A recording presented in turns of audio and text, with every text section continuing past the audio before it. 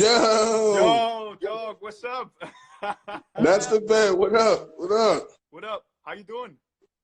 Good. How are you? I'm good, man. I'm so happy that we're working this out because like it's almost to me as we have better connection together across the ocean as I had with some of the Then other right next door. guys, man. Yes. Where are you right now? I'm in my living room. Word up, man. Cool. Hey, listen. Yeah. Before we get too deep Yeah. and too late and too tired, because I'm old, and I forget things now because I'm old, right? But I just want to say hello to all my friends out there, to Marvelous Moselle, 2Track, Albert at Alice, Typhoon, CMP, Sweat, Pays, man, Dato, all the good people, man, that I met while I was out there, man. I don't want to do that at the end because I'll be like this. It'll be sleeping, man. Yeah, I'll be sleeping. What up, bro?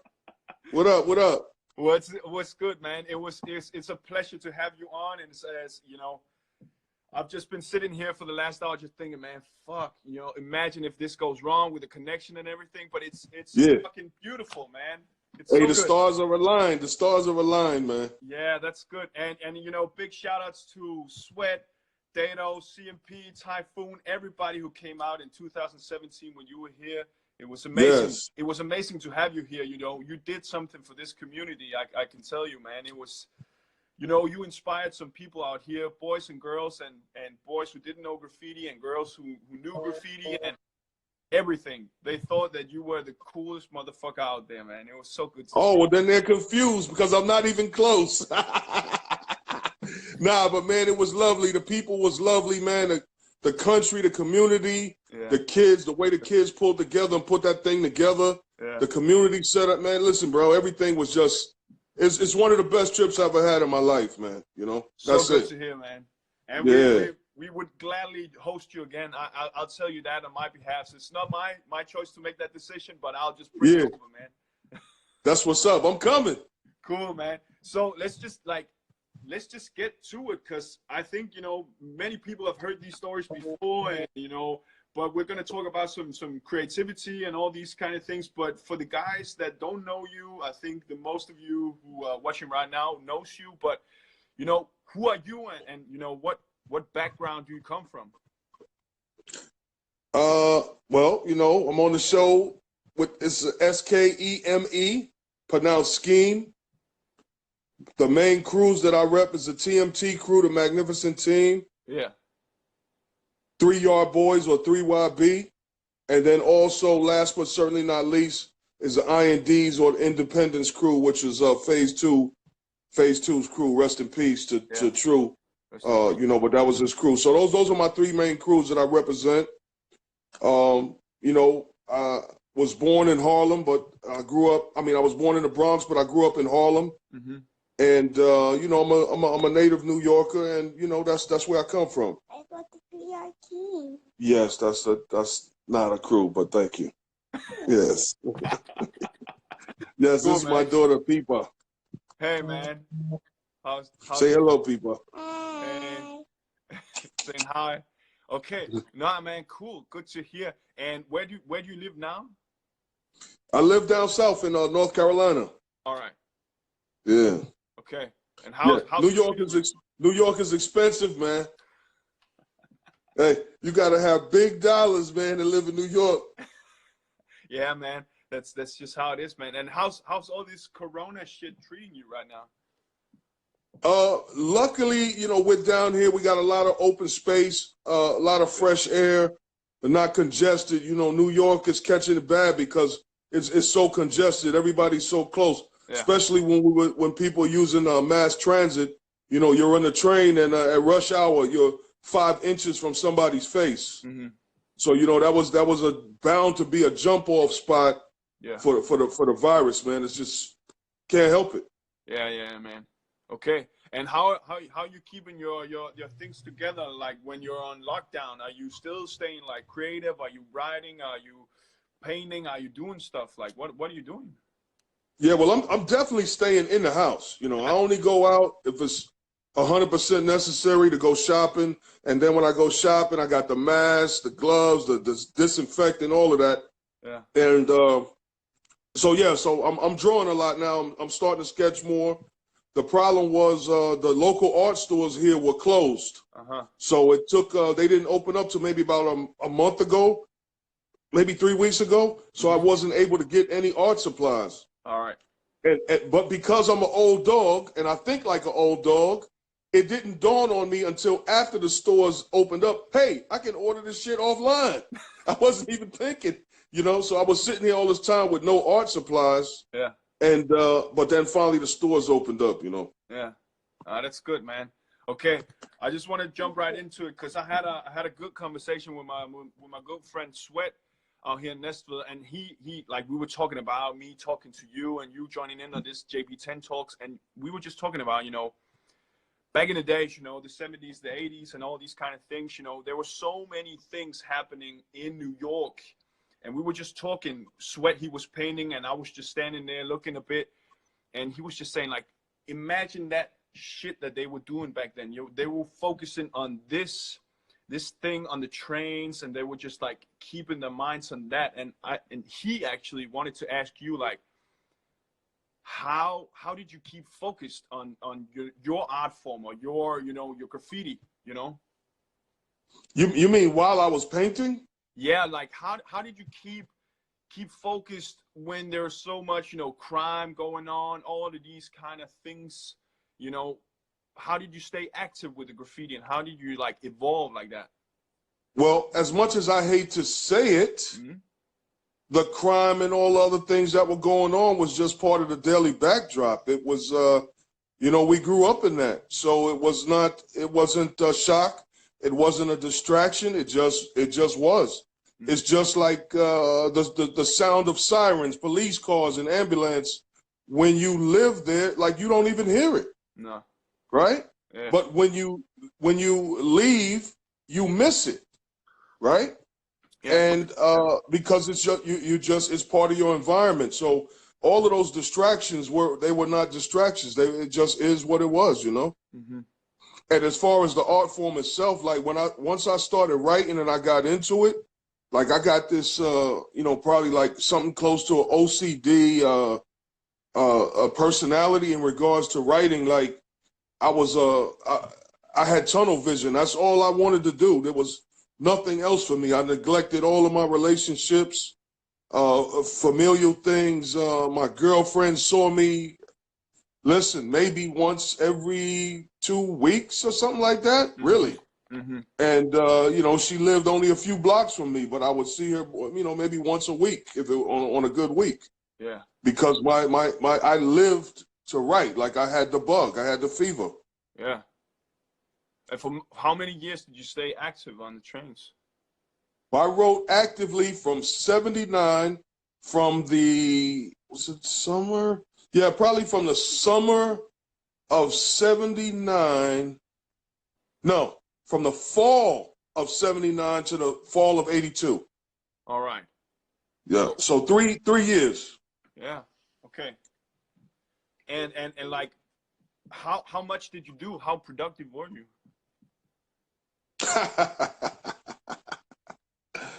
I did at least 100 pieces. All right. Okay. And those 100 pieces were done. Now listen, don't tell Sweat I said that shit. Don't even mention the Sweat that I did 100 pieces, because he does 100 pieces like a day in his backyard. Yeah. Right. So don't say nothing to him about 100 pieces. But I assure you, for back in 82 and back in that era and on the trains, 100 pieces was a decent amount of pieces. Okay.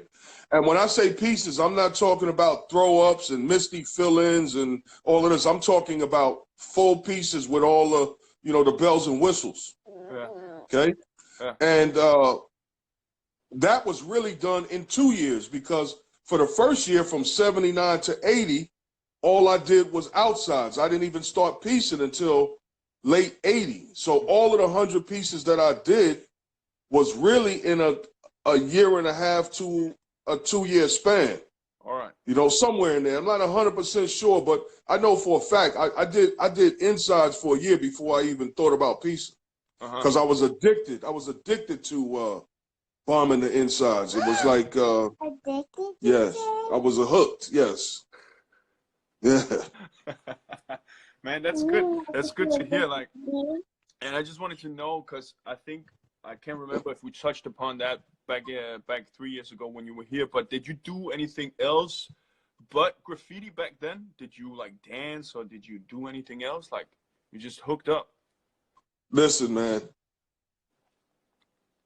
Like I think I talked about yesterday, there's some guys who are blessed to be able to rock in all four of the elements, right?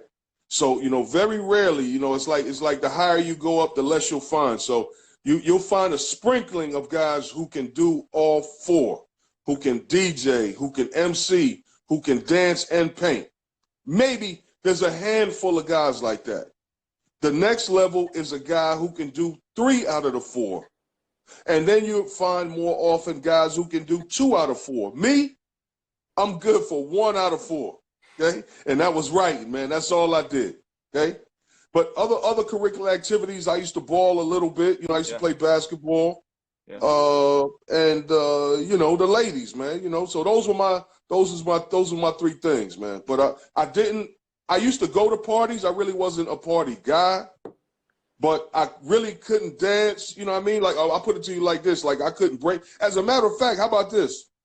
I never danced with a girl until I was, in my mid-20s, late 20s maybe. Is the first time I actually danced with a girl. Now, you know, I'm not talking about, you know, when you're young and you go to a party and kind of all the kids are standing around separate and doing their little funky moves, whatever they do. But I'm talking about, you know, really dancing with a girl.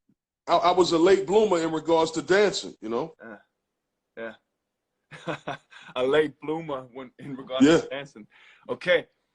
So, you know, of course, we're gonna touch upon all this graffiti stuff. You know, it's impossible not to touch upon this when we're talking about this. But how is it to see what you did back then has spread, you know, worldwide? Like, were you? I think you get this question a lot, but I just wanted to hear your answer in this kind of form. But were you aware that you were creating something? Like something new? No. And first of all, you know, you hear this term pioneer thrown around, right? And you know, the later time goes on in years, the more people get grouped into that setting, that pioneer level person. And I don't consider myself in that level. You know, by the time I started writing, man, the early cats, good gracious, I could name names forever. You know, the riffs and the phases and the you know, even the butchers and the bots. Yeah. You know, these people had already laid down the foundations of style. You know, later cats we came and the chain threes and the cools. You know, I'm even after the generation. So you got, oh man, I don't want to go back into this generational stuff, but there's different ways you can break generations down. But generally speaking, there's 4 generations, right? So you got the pioneers. You got the second wave. I would consider myself in the 3rd wave. Okay. So, you know, there was already a lot of style innovations and all of that. So I definitely don't want to say what I started, because I didn't start it. I was lucky enough to come along in a time when it was still what it was, which was illegal. Yeah. Without permission. It was dangerous. It was fun. It was real. Yeah. You know? And so I'm just happy to be able to be in that group. I'm happy to have contributed. You know, I contributed my own things during my period, but I definitely don't want to say that I started. No. Yeah. There's a lot of, you know, talk about that, who started what and who did what, you know, and you know, to me personally, it doesn't really matter. You know, you have your different legends for yourself. And I actually just wrote a question now. I saw Anders Revendlov just came in with a question. You know, he wanted to know, I think the question is maybe, you know, from like the first time you experienced something with graffiti, like how did you get into it? Like how did it start for you? Well, you know, if you live in New York, you see it. Yeah. You know, it was just there. Like if you go to New York now, they're starting to see a somewhat of a rise in graffiti in certain places. But even now, the parts that's bombed is nowhere bombed like it used to be. Okay, Yeah. it used to be every flat surface was tagged. Okay, especially if you lived in the Bronx or, you know, Harlem, Uptown, you know, the Heights. These places were bombed, right? And so it was just, you just saw it. Now me, I didn't come into realization of what I was looking at. I was also a late bloomer with graffiti. Most kids are introduced to graffiti, know what they're looking at, 11, 10, 12. And a lot of this has to do with where they went to school. I went to private school for up until the 8th grade, so I wasn't really exposed to a lot of writers, because the majority of writers, 99.9% probably, went to public school. And so that's where I would have had early, you know, contact with these guys, but I didn't. So by the time I learned about it, I was already like, you know, like 14 years old. When you had some guys that was writing like Teen and Cade and, you know, Fuzz, I think Fuzz started writing when he was like 11 years old. Okay? 11 years old, I still had doodle stains in my drawers, man. You know what I mean? So it wasn't until I was, you know, 14, 15 years old that I started writing and started understanding what I was looking at, and that, oh, shit, it's people like me who's doing this, because prior to that, I had no idea how it got there. And oh, by the way, because of the way things are depicted on television, you know, you're thought to look at it as trash, as garbage, as vandalism. Okay? It's not until you get into it that you start to look at it as art, right? And actually graffiti. Yep. Now, I know there's people that don't like that term, but that is the term that was prevalent during my period. Yeah, definitely, man. That was a hot, you know, good answer right there, man. So while you were talking, I was thinking, where did you go to find inspiration for the things you did back then? Find inspiration. Yeah. Well, I think, first of all, the true inspirations are subconscious. Okay. Yeah. I think that the true inspirations, because there's a difference between inspiration and biting. Biting is when you sit down with a photo of somebody else's shit, you try to make your joint look like that. Okay.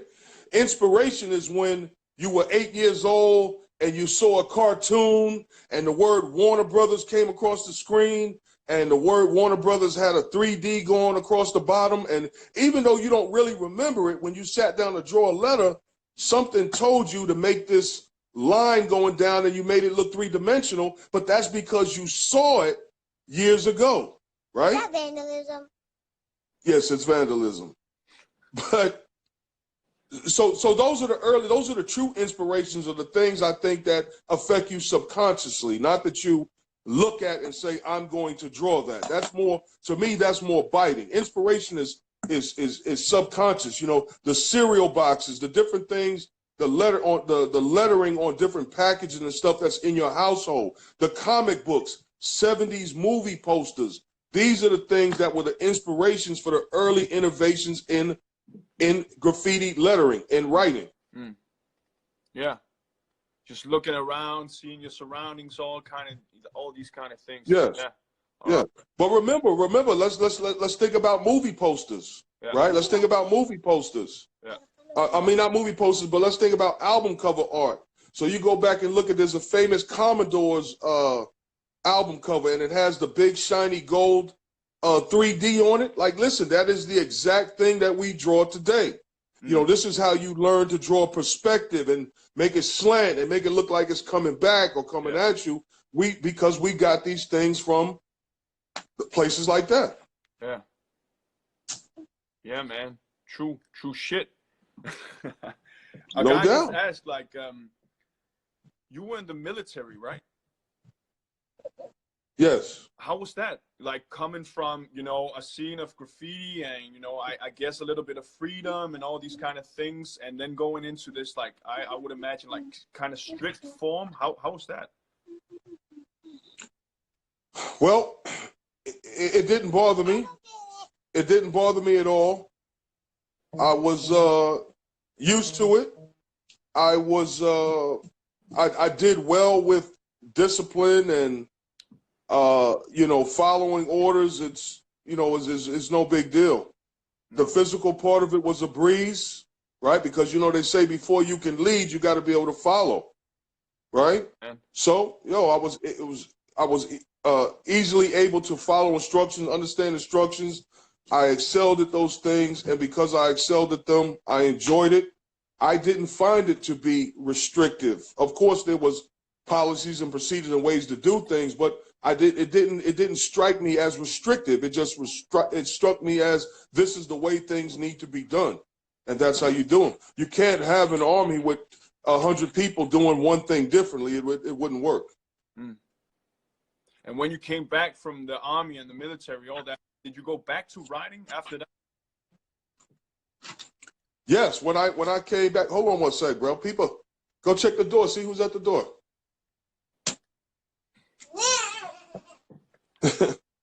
But yeah, when I came back and I saw people were still writing, I was really shocked. Huh. I was like, man, and no, not that people were writing, but people that I wrote with. In other words, old farts like me.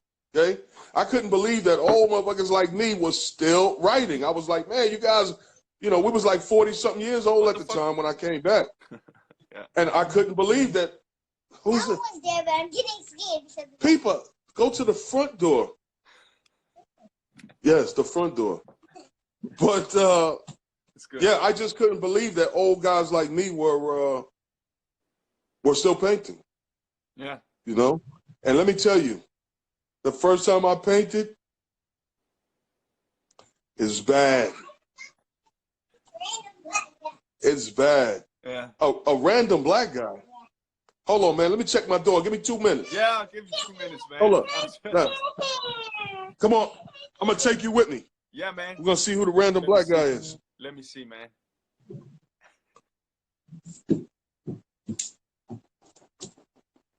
Want a trip, man?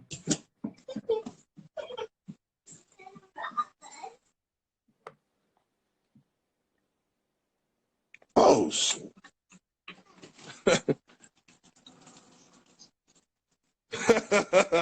What up, man? What's going on? You all right? Yeah. I just want to talk. You want to talk? Okay, come on in. But I'm online right now, going live, man. So come on in. Yeah. Yeah. But listen, just have a seat right here, relax. I'll be back in a sec, man. Random black guy. I tell you, the shit that kids say, man. They tell the truth, boy.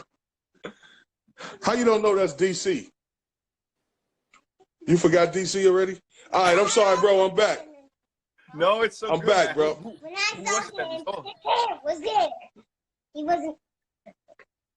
Go ahead, bro. I'm ready. Yeah, man.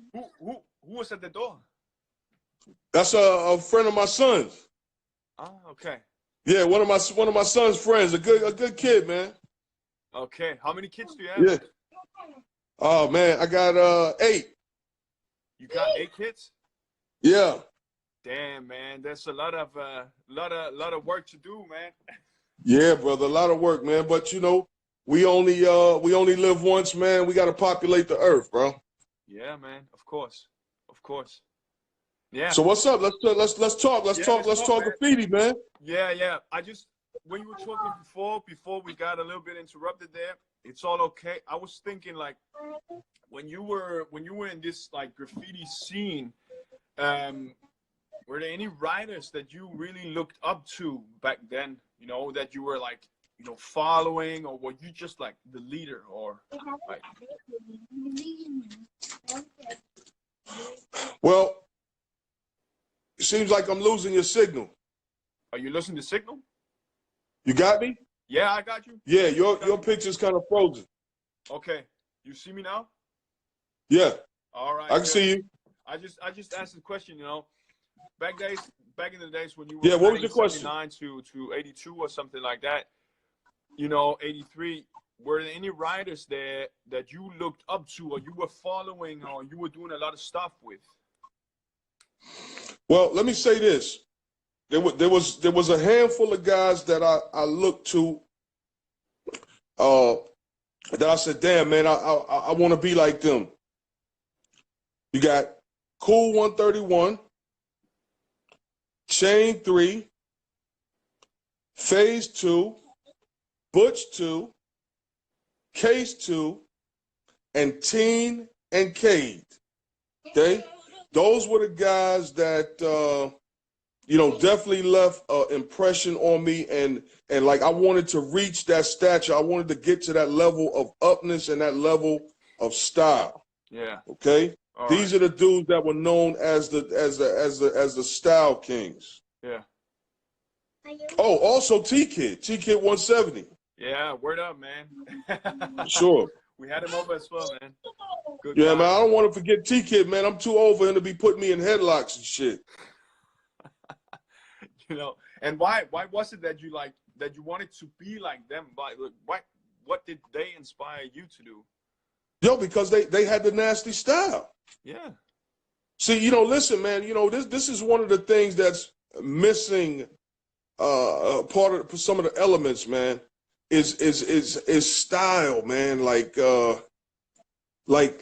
style, man, with rhythm, with movement, with feeling, man. So many pieces today leave me feeling like, right, like no emotion, like the piece is sterile, like it's too clean, like I don't want to see like this surgically created perfect piece, man. I want my joint moving and funky. I want you know what I mean? I want to get something out of it, you know?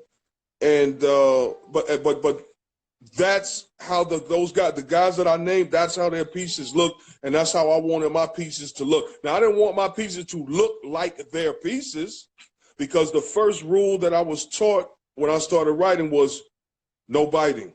Yeah. Okay?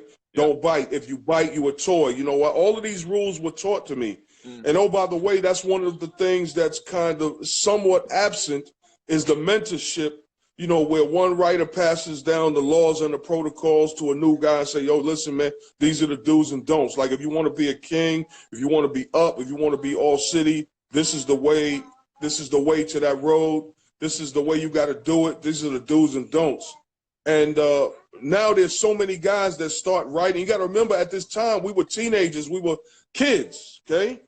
But, you know, now a lot of guys who start writing in their 30s, right? 20s and 30s.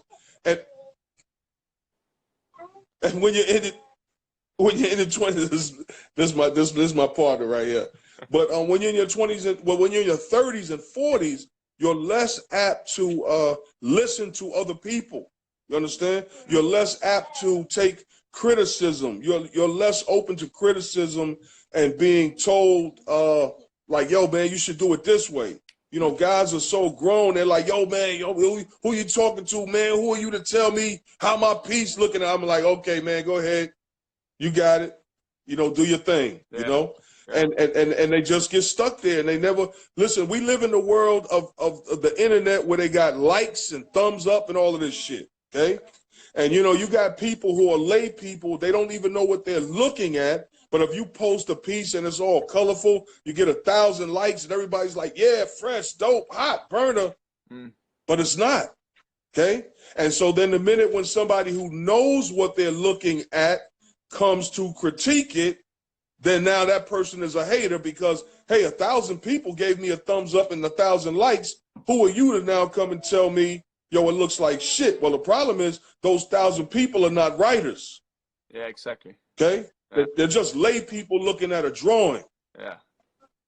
Right? Yeah. And it's not to say that these people can't have an opinion, but it's like, I give an example. It's like me going to a hopped up car show, you know, with the hydraulics and the rims and all of that, right?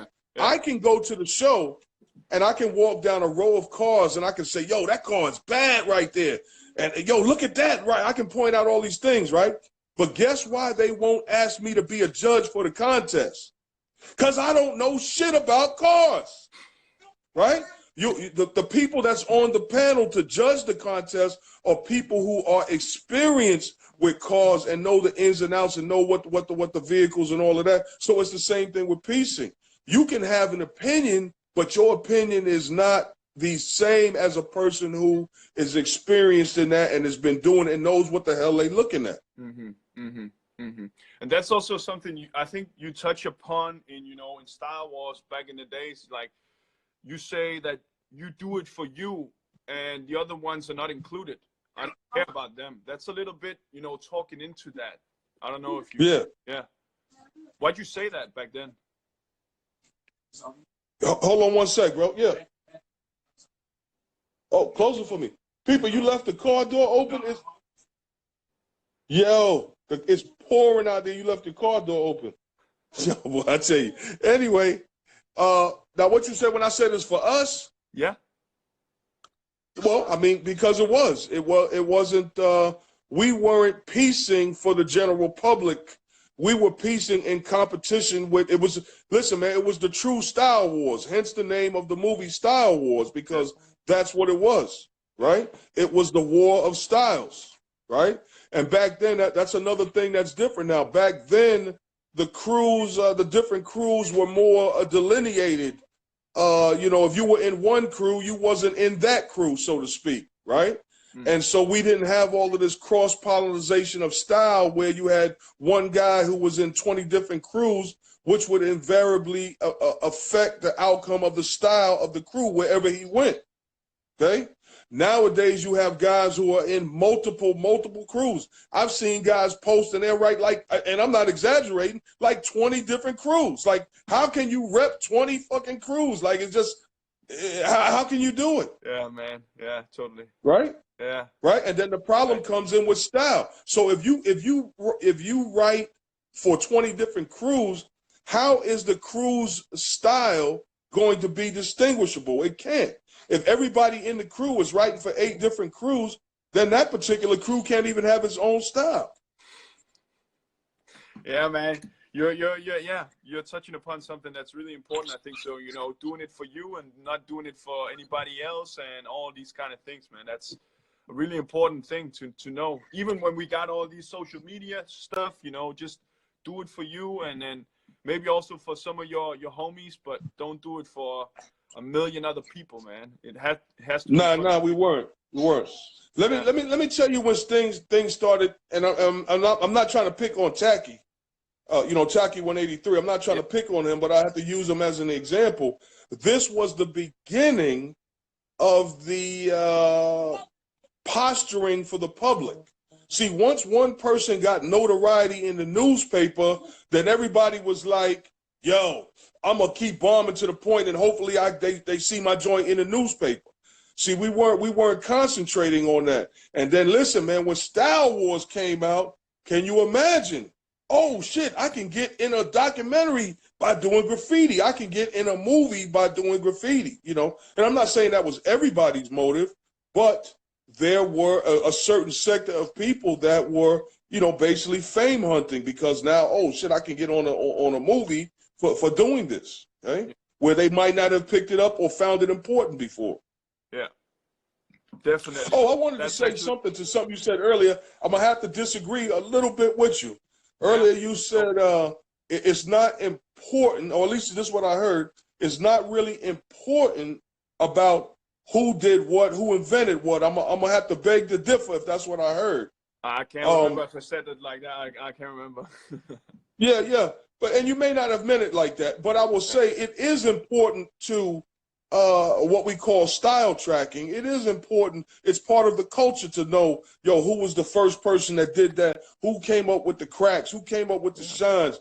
Who came up with the bottle caps, the chips, the dips, and all of that stuff? Those things are important because as years go by, 200 years from now, when they're doing graffiti, somebody should be able to say, well, you see that chip right there, that was invented back in 1975. I'm just using a dumb, crazy example, those things should not be forgotten. The same way we remember Orville and Wilbur Wright as the first people to fly an airplane, 200 something years later, we should remember who was the innovator in this realm as well. Definitely. And I don't know if it, my English just cracked up or something, but I totally agree with you right there. And yeah, definitely. A question just comes to mind. Did you invent something? I know the cop character you did was really, really, cultural important. Can you touch upon that a little bit? Well, let me say this about my characters, and as the older I get, I'm trying to be really diplomatic, okay, about things that I say. So I'll say this without naming any names. There's people out there who have, in interviews and in books, claimed that I got my characters from them. Can you see me real good? Yeah. It's a lie. Okay? I didn't copy my characters from anyone. Yeah, man. Okay? Yeah. Now, I'm not the first person to draw characters. No. I'm not the first person to draw them in side profile. Phase 2 and Riff had experimented early on with the side profile, the black side profile character with the afro and all of that. Now, you can believe me or not, but I never saw it. I didn't, because by the time I started writing, Phase 2 and Riff pieces weren't even on trains anymore. Yeah. Okay? So I didn't see it. But I'm telling you, in the afterlife, I've seen books, and I was shocked. Listen to me, man.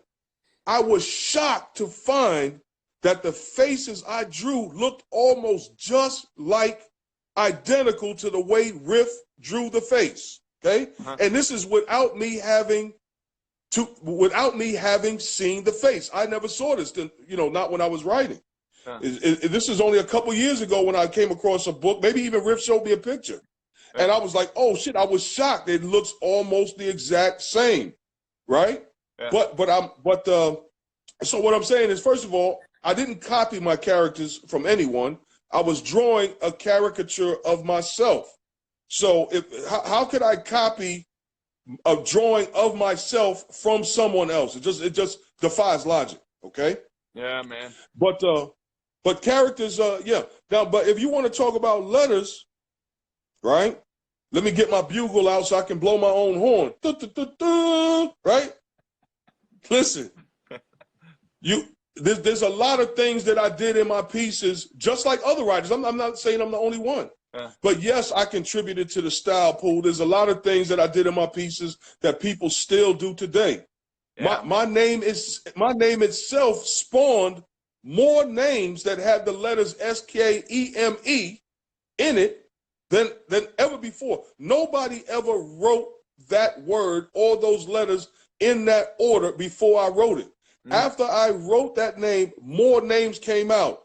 Chems, Smek, Emmix, Scheme, SKEEM, Scheme, SKEAM. Okay? You name it. There's hundreds of these names out here of people that spawned to copy my name. But it's not only about copying the name, it's the letters, the framework of the letters, so that they can use the letters. Yeah. All right? Yeah. Now, do I take that as an insult? No. Okay? This is part of the natural progression of writing. Okay? Unless you just copy my name straight out. But this is the natural progression of writing. Okay? This is where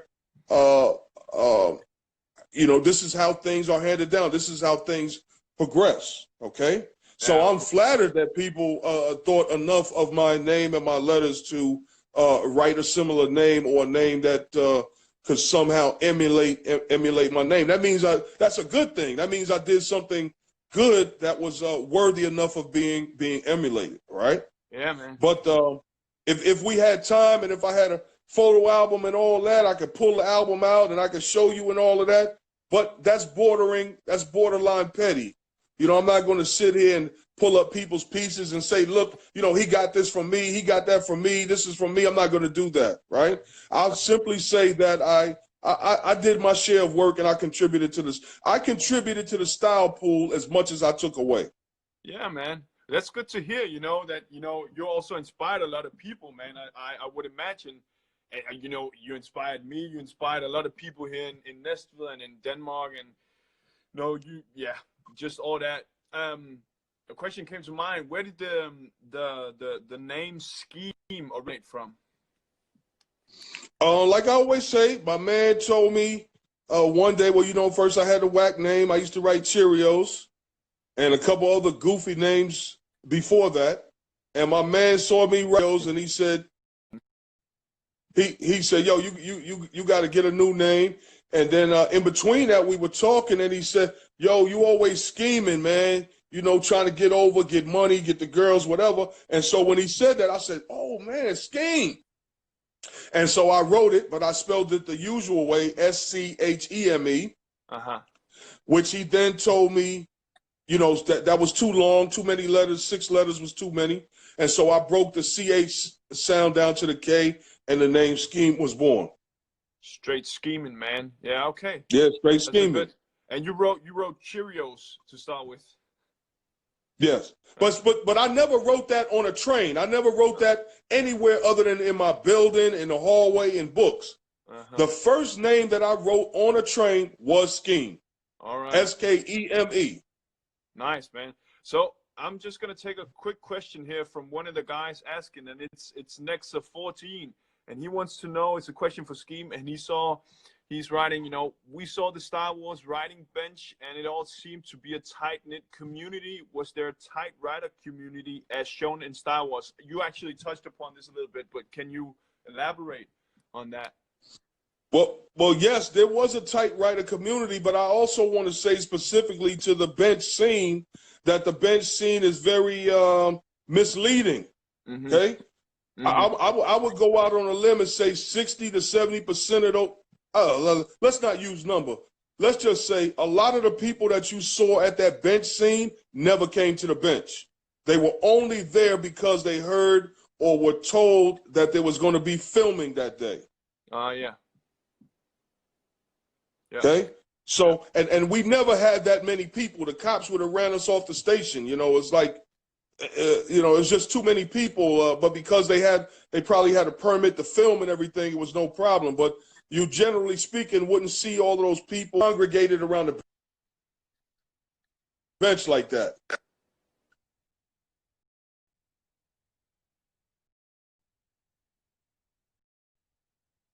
Are we losing connection?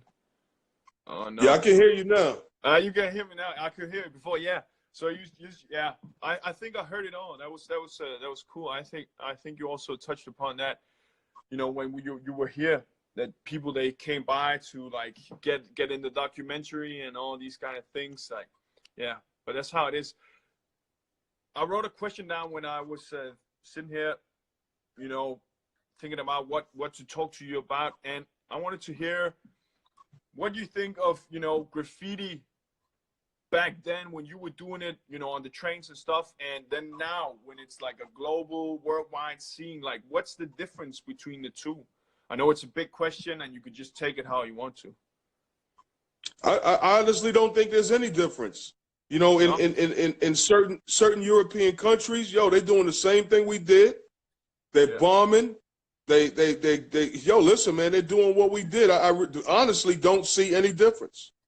The only difference that I really can say that I see is when people come from other countries and hit the New York City trains. The difference is, and I'm not knocking what they're doing, I'm just saying that the atmosphere is no longer the same. The act may be the same, but you don't have people sitting at the writer's bench waiting for all of these burners to come by. You don't have the community anymore. So now it's more a guerrilla attack. You know what I mean? It's a guerrilla mission. It's not really about the art itself. To me, it's more about look like that. Yes, it's like, look, I got a piece off. It's not, look, I got a piece off and look how fly it is. Okay? It's just, look, I got a piece off and now, yo, I got away with it. Here's the pics. It's not about, you know, a bench with a bunch of style masters sitting at the bench looking at the piece saying, oh, yo, look at that right there. Oh, yo, he got burnt. Yo, you got burnt. Yo, look at the cap. Look how he did the star. That part is gone. So to me, the benching was a really integral part of it, because the benching was the proving ground. It wasn't enough just to do a piece. You had to do a piece with style, which again, it takes us back to style. It wasn't just painting. It was painting with a purpose and with the object, as Case 2, rest in peace, said, as I knew to get better, right? So it's not to paint at a certain level and stay at that level. The object is to get better and become a master. Yeah, man, and that should be the goal for anything. I think so. To become a master of the craft and all these kind of things. Right. We still have like 10 minutes, and I have a lot of questions for you, but I want to take some of the most important. I would say, do you have, in these times, where we have the coronavirus and people are in lockdown and can't go to school and maybe can't do their craft as they wanted to, do you have any advice for, a creative youth that just want to go out and do stuff and inspire people and stuff like that? Do you have anything to say to them? Yeah, well, I would say to you the exact opposite is true. To me, this is the opportune time to go out and do guerrilla art. Like, I was looking at a guy's page on Instagram last night. Man, I wish I can remember his name. I apologize. But in his town where he lived, he went out and put corona masks on all of the sculptures that were in the city. Okay? So, it's not graffiti, but my point is, it is an art form. It's an expression, right? And, he thought of it first. Nobody else did it. And so he went out and put masks on all of the statues in his town, and it's a guerrilla art form. It's making a statement. It's taking these bronze statues, putting masks on them, and letting people really look like is this the new normal? I think is what it's asking. Is this the new normal? But what I'm saying is, this is an opportune time when things are slow, when the streets are empty, right? At nighttime, this is the time to go out and do your thing. Not the other way around. This is not the time to sit in the house. Yeah. So go out and be active and do your craft. That's actually a good advice right there, because you're maybe sitting at home being bored, can't go to school, all these kind of things. Yeah, dope. No vandalism now. No destruction. All right. Shit. How do you feel about vandalism today? I know it's maybe a little bit personal question, but like how do you see that today? Is it all right with you? Is it cool to go out and bomb and do all these kind of things? Listen, man, I grew up with graffiti. I like it. I love it. Good. Doesn't bother me. The truth be told, when I see cities kind of without it, it really looks weird. I like throw-ups, even though I was never a throw-up guy. Listen, I love a good, well-done, well-executed throw-up. Yeah. Like my man is a guy, Sucky Back. I love Sucky Back throw-ups. Listen, Cope 2 throw-ups. He's got his throw-up down to a science. Listen, I love graffiti. I think graffiti is part of the living environment. Yeah, definitely. It's like a nerve to the city, It's like right. Something's happening. Yeah, it's fucking cool. Right. So it lets you know that people actually live there. Yeah. Right. It's not like a model. Yeah. Where all the people are tucked in the houses, tucked in the beds. I think somebody said that in Star Wars. All the toys. I think it was men said when all the toys are tucked under the covers. Right. Graffiti in the streets, it lets you know that people live there. And one thing that always gets me is the government of any particular area. They always say, like, we don't like graffiti. But who is we? Have you asked everyone? Have you asked everyone would they like to see a beautiful piece or mural or burner or, whatever? No, when they say we don't like it, they're just talking about them. Yeah. A small group of people in power making decisions for an entire community. Yeah, man. thinking that's the mind of the common people in the city and all these kind of things. Yeah. So That's right. you know, I'm a guy of this youth house right here, and we're from a really DIY kind of, you know, hip hop entrepreneur, you know, ship. You break it up. You break it up a little. You broke up right there. You hear me? You hear me? You breaking up. I'm breaking up, man. Okay. I can hear you now. You hear me now? Yeah. It's good. Okay. I just Say wanted it to quick. ask you, what? It's good. It's good. It's not good. Yeah. It's all right. Yeah, go ahead. Okay, cool. Because I'm from a DIY kind of standpoint. Did you get any helping hands when they noticed that graffiti was evolving between the youths in the street, or did you just do it by yourself, like you guys and all the riders around, you know? Oh, no. We did it by ourselves. Yeah. There was no helping hands. There was no helping hands. If you wanted to be a writer, you got a name. You found somebody who wrote. You tried to learn the ropes, find out where the yards was at. You know, maybe somebody mentored you, like somebody mentored me and took me to my first layup. And once they took me to that first layup, I was a self-starter. I never needed to have my hand held again after that. The first time I figured, after that he showed me, I applied the same thing that he showed me to every other place that I went to. Okay? And, you know, if you really want to do it, you go out, listen, point blank, you steal the paint, you do an outline, you sneak into the yard, you do it, you come out, hopefully you try to get a picture of it before it gets buffed or somebody goes over it or something like that. And, you just keep trying to get better and better each time. Yeah. Yeah, man, you can really transform that into anything, really, I would say today. Like if of you course. know, you can get like that ramp from you know, being creative and all these and having a mentor, but you have to go your own way and just like keep on going from there. You know, we have maybe like 4 minutes left. I don't know if you have any you know, comments you want to add to this, you know, if you want to say something to the community or to the youth or anything, man. Do you have anything on your mind? Well, I'll just say to the community, right, that, man, listen, to the later generation guys, you know, they always say to us pioneers, man, and innovators and the next generation of guys, yo, man, thank you guys for, you know, laying down the foundation. But we also got to thank the new guys for carrying the torch, right? Because if people didn't pick up the torch and run with it, you wouldn't be sitting here. We wouldn't be talking to each other now, okay?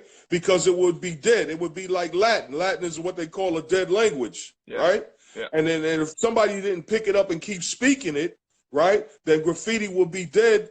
And I would just be sitting here, man, getting fat watching TV. But because you guys, the next generation guys, carried the torch and kept our name. See, our names live on through you, okay? See, because one day I'm going to be dead and I can't speak my own name, right? And this is how things carry on.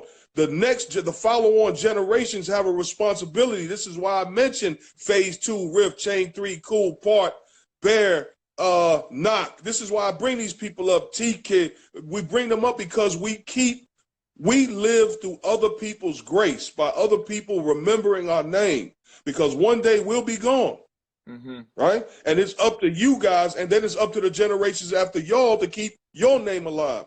This is why oral tradition and oral instruction is important that we teach. And this is why I'm just glad to be on this platform. I appreciate you having me so that we can share some of these things and these things can live on. And more importantly than me living on is the art form itself, because I'm just I'm just one small grain, man, of salt in this thing called writing. Man, I think that might be the closing words, actually. That's and thank you for that, and thank you for being you, and thank you for saying yes to this. And you know, I can see Instagram got a timer on me right now, so we're getting close in 1 minute, and I just want to say, you know, thank you for you, and thank you for coming to Denmark, and thank you for doing this again, and thank you to all the guys watching. And yeah, say hi to him. I want to say, give my brother Sweat a kiss for me. Okay? I'll do, man. Give his wife Siri a kiss for me. And give Theo a good punch in the arm for me, okay? Yeah, man, I already did that yesterday. Good. Give him another one for me. All right, listen, man, I love you guys. I love Nestavez CMP. Peace, man. Thank you again, man. Thanks for having me. Thank you. Peace out. Thank you for everybody watching. Peace out, man. Good to talk to you.